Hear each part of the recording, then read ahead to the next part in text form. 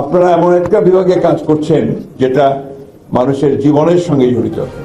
আমরা সবসময় বলি যে পানির অপর নাম হচ্ছে জীবন। এবং ইন্টারেস্টিংলি আমাদের যে পৃথিবী, যে প্ল্যানেট, এটার কিন্তু 4 ভাগের 3 ভাগই হচ্ছে আপনার পানি। কিন্তু মজার ব্যাপার হচ্ছে যে সেফ ওয়াটারে আমাদের বেশিরভাগ ক্ষেত্রে দেখা যাচ্ছে যে সারা বিশ্বেই এই নিরাপদ পানির অভাব রয়েছে। বিশেষ করে নিরাপদ পানির জন্য কিন্তু অনেক যুদ্ধ বিগ্রহ হয়। এবং আমার এক বন্ধু, যিনি বিদেশে আপনার অ্যাম্বাসেডর হিসেবে কাজ করেছেন, দীর্ঘদিন করেছিলেন, এখন তিনি বেঁচে নেই, জার্মানি কাজ করেছিলেন, তিনি আমাকে বলেছে যে তৃতীয় বিশ্বযুদ্ধ যদি হয় সেটা হবে সেফ ওয়াটারের উপরে, নিরাপদ পানির উপরে। এবং আমরা তার কিছু আলামত এখন যে দেখতে পাচ্ছি না তা নয়। তাই পানি আমাদের অত্যন্ত জরুরি, এবং সেই পানি নিরাপদ পানি, অর্থাৎ তারপরে আমরা সব কিছু আমাদের নির্ভর করছি। কিন্তু দুর্ভাগ্যজনকভাবে বাংলাদেশে এখন এই মুহূর্তে আমাদের এই নিরাপদ পানির সমস্যাটা সবচেয়ে কঠিন হয়ে দাঁড়িয়েছে। সবচেয়ে কঠিন মনে হয় আমার কাছে যে ঢাকায়, আপনাদের ঢাকা শহরে আপনারা সবাই বাস করছেন, আপনারা যারা ভালো জায়গায় বাস করেন, অ্যাপার্টমেন্ট বিল্ডিংয়ে বাস করেন, তারা নিজেদের একটা ডিপ টিউবওয়েল আমরা করে নিয়েছে বেশিরভাগ ক্ষেত্রেই। এবং কালকে আমাদের একটা একনেকের মিটিং ছিল না, পরশুদিন একনেকের একটা মিটিং ছিল, সেখানে আমাদের পুরনো ডিপ টিউবওয়েলগুলোকে পুনঃস্থাপন করা, নতুন ডিপ টিউবওয়েল স্থাপন করার বিষয়ে আলোচনা ছিল। সেখানে আলোচনা করে দেখা গেল যে আসলে আমরা পুরোপুরি নির্ভরশীল ঢাকার যে ডিপ টিউবওয়েলের পানির উপরে, which is dangerous and alarming. এটা শুধু মারাত্মক নয়, এটা ভয়াবহ রকমের একটা ভবিষ্যৎ আমাদের সামনে নিয়ে আসছে, আমাদের ভবিষ্যৎ বংশধরদের জন্য। আমরা এই বিষয়টা কেন এতদিন ধরে ভাবিনি, চিন্তা করিনি, এটা আমাদের ভেবে দেখা দরকার। আপনারা যারা আছেন, আপনারা সবাই এখানে বিশেষজ্ঞ, এক্সপার্টস ইন ওয়াটার, এবং দীর্ঘদিন ধরে আপনারা কাজ করছেন। আমি রাজনীতিবিদ একজন, কিন্তু আমি আপনার উপর থেকেও আসিনি। আমার রাজনীতির শুরুটা কিন্তু একেবারে পৌরসভা থেকে, এবং সেই পৌরসভাতে আমি প্রথম যখন যাই তখন আমরা ওভারহেড ট্যাঙ্ক করে ওয়াটার সাপ্লাইয়ের ব্যবস্থা করি। এটা হচ্ছে আপনার প্রথম কাজ। কিন্তু তারপর থেকে বহুদিন হয়ে গেছে, আজ পর্যন্ত কিন্তু যে খুব বেশি উন্নয়ন আমরা করতে পেরেছি তা আমরা করতে পারিনি। এখন আমরা সবাই চিন্তিত যে আমাদের এই ডিপ টিউবওয়েলগুলো আমাদের যে ভূগর্ভস্থ পানির লেয়ারকে একেবারেই নিচে নিয়ে চলে যাচ্ছে। তাহলে কি একদিন হবে যে হঠাৎ করে ঢাকা শহরটা ধপ করে ধসে নিচে চলে যাবে? There is every possibility. আমার সুযোগ হয়েছিল পৃথিবীর কয়েকটি দেশে বিভিন্ন কারণে বিভিন্ন সময় যাওয়ার, তো সেখানে আমি দেখেছি যে তারা সবাই সারফেস ওয়াটার ব্যবহার করছে, সবাই ওপরের পানি, উপরস্থ যে পানি, সেই পানি ব্যবহার করছেন।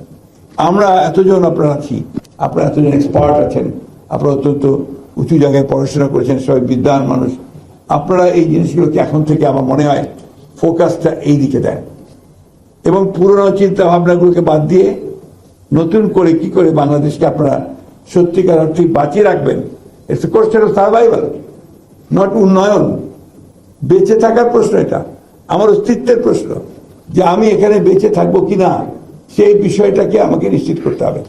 এবং দেশের মানুষ, সরকার আপনাদেরকে এই দায়িত্বটা দিয়েছে, এই ডিপার্টমেন্ট অফ পাবলিক হেলথকে। সেটা আপনাদের দায়িত্ব হবে আমি মনে করি। আমি চিফ ইঞ্জিনিয়ার সাহেবের সাথে কথা বলেছি, আমাদের সেক্রেটারি সাহেবের সাথে কথা বলেছি, আমাদের এখানে আজকে যারা আছেন তাদের সঙ্গে 2-4 মিনিটে আমি আমার কথা বলেছি যে আমাদের ফোকাসটা এখন থেকে হবে সারফেস ওয়াটার ব্যবহার করা, নট ডিপ টিউবওয়েল ওয়াটার। আমাদের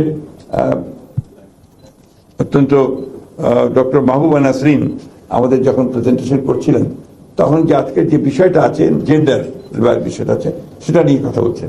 এটা অত্যন্ত গুরুত্বপূর্ণ বিষয়। নিঃসন্দেহে পানি তো আমরা সেই ছোটবেলা থেকেই দেখি যে আপনার কলসে করে পুকুর থেকে পানি নিয়ে আসছে আমাদের মা, চাচি, বোন, এরাই, তাই না? তো এই জিনিসটা কিন্তু কিছুটা পরিবর্তন হয়েছে। এখন প্রায় সব বাড়িতে একটা টিউবওয়েল। আমাদের নর্দার্ন এরিয়াতে আপনার খুব বেশি নিচে নামতে হয় না, কিন্তু সাউদার্ন এরিয়াতে অনেক নিচে নামতে হয়, এবং ওরা এখন আর কেউ টিপ বলে না, বলে ডিপ, মানে ডিপ টিউবওয়েল।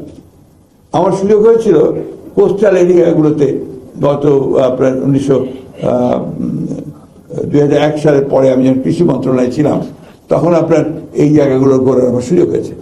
আমি দেখেছি কতগুলো প্রজেক্ট ছিল, খুব ভালো লেগেছিল আমার, যে বৃষ্টির পানি তারা সংরক্ষণ করছেন। আপনার ছোট ছোট ট্যাঙ্ক তৈরি করেছেন, বৃষ্টির যে পানি আসছে সেই পানিটাকে তারা রেখে দিচ্ছেন, তারপরে সেই পানিটাকে তারা গরম করে ব্যবহার করছেন, যেটা তাদের জন্য নিরাপদ পানি। এই বিষয়গুলোর উপরে আমাদের জোর দেওয়া দরকার। আমাদের ফোকাসটা থাকতে হবে যে আমরা এখন আর এর পর থেকে এই ভূগর্ভস্থ পানির দিকে যাব না, আমরা উপরের পানির দিকে যাব, সারফেস ওয়াটার এবং আপনার বৃষ্টির পানি। আমি জানি যে আপনাদের অনেকগুলো প্রজেক্ট আছে, যেটা শীতলক্ষা থেকে মেঘনা থেকে পানি নিয়ে সে ঢাকায় পানি দেওয়ার আপনার প্রজেক্ট তৈরি করছেন। এটা একটা অনেক ইনসাফিসিয়েন্ট, অনেক কম। তাছাড়াও এই নদীগুলো তো এখন আর আপনার পলিউশন ফ্রি না, এরাও পলিউটেড হয়ে উঠছে। এটাও কিন্তু আমরা আমাদের একটা সরকারের উচিত হবে, আমাদের উচিত হবে যারাই আমরা গভর্নমেন্টে আসি এই বিষয়গুলোকে খুব গভীরভাবে নিরীক্ষণ করা, দৃষ্টি দেওয়া, যাতে করে আপনারা আমরা এই বিষয়গুলোর সমাধান করতে পারি। আমি খুব আশাবাদী, আমি বরাবরই আশাবাদী মানুষ। বাংলাদেশের মানুষই সমস্ত পরিবর্তন আনে, এই পরিবর্তন আমাদেরকে আনতে হবে, এই চেঞ্জ আমাদেরকে আনতে হবে। আমাদের যে মানদাত্তা, আমাদের চিন্তা ভাবনা যে আমরা ডিপ টিউবওয়েল বসাবো আর পানি নেব, এটা বাদ দিয়ে দিই। এটা ট্রাই যে আমরা কিভাবে বৃষ্টির পানিকে সংরক্ষণ করব, সেটাকে আমরা কিভাবে আমাদের শহরের লোকগুলোকে বাঁচিয়ে রাখবো। আমার ঢাকা শহরের পাশে আগে অনেক নদী ছিল, ওয়াটার ক্যাচমেন্ট ছিল, আপনি অত দূর যাওয়ার দরকার নেই। আপনার এই যে হাতির ঝিল, এই হাতির ঝিল থেকে পানিটাকে যদি আপনি পরিশুদ্ধ করতে পারেন, এই পানি দিয়ে তো আপনি ঢাকা শহরের